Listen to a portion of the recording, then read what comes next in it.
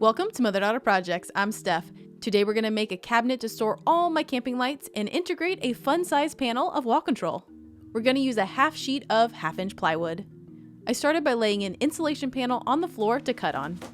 The first cut needs to be a full 8-foot piece, so I'm taking out our track saw and putting them together, which will give us 8 feet to cut on. I'm cutting the board at 28 inches and this piece will be scrap. I continue to cut all the pieces, and this is the cut list.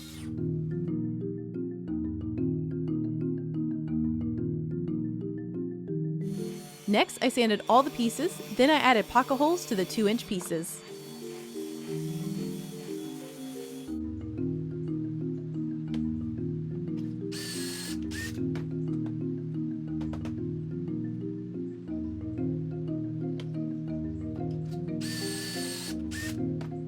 I glued the 2-inch pieces and added the screws.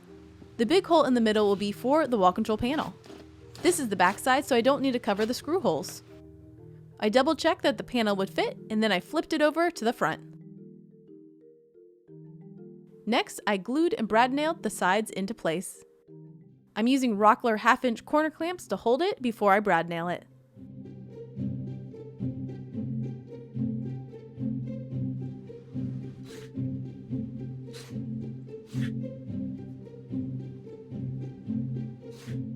"24 hours later, I took off the clamps and attached the bottom section of the front.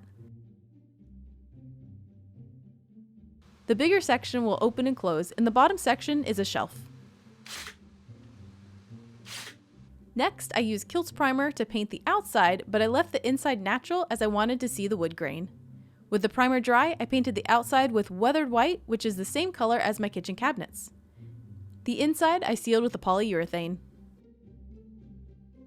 To attach the front, I'm using a piano hinge. I drilled pilot holes and screwed it into place.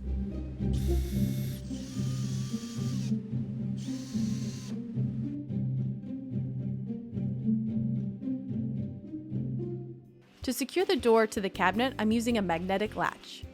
This will allow me to just push it open. This is going to replace a project that we made a few years ago to hold dog supplies. I've now put those supplies in different locations, so this isn't needed. I took those down, removed the French cleat hardware, and patched the wall and painted. Don't worry, we'll find a new home for that old project. And if you want to see that video, there'll be a link in the description. You'll see there's a little piece of painter's tape at the top here, and this is to make sure that the cabinet is semi-lined up with the kitchen cabinets, as I wanted them to look cohesive. I leveled the box and put the wall control panel in place. I marked it and attached the panel to the wall, then attach the cabinet to a stud at the top and the bottom. And here are all my lighting supplies that are going to go into the cabinet. For some of the bigger items, I really like the shelf at the bottom, and then I can add hooks right here to hang the other lights. Mom had a great idea to add a matching handle to the front. This matches the kitchen island that we made recently. We lined it up and drilled 2 holes to attach. To get the exact placement right, I actually grabbed my hat clip light to be able to see better.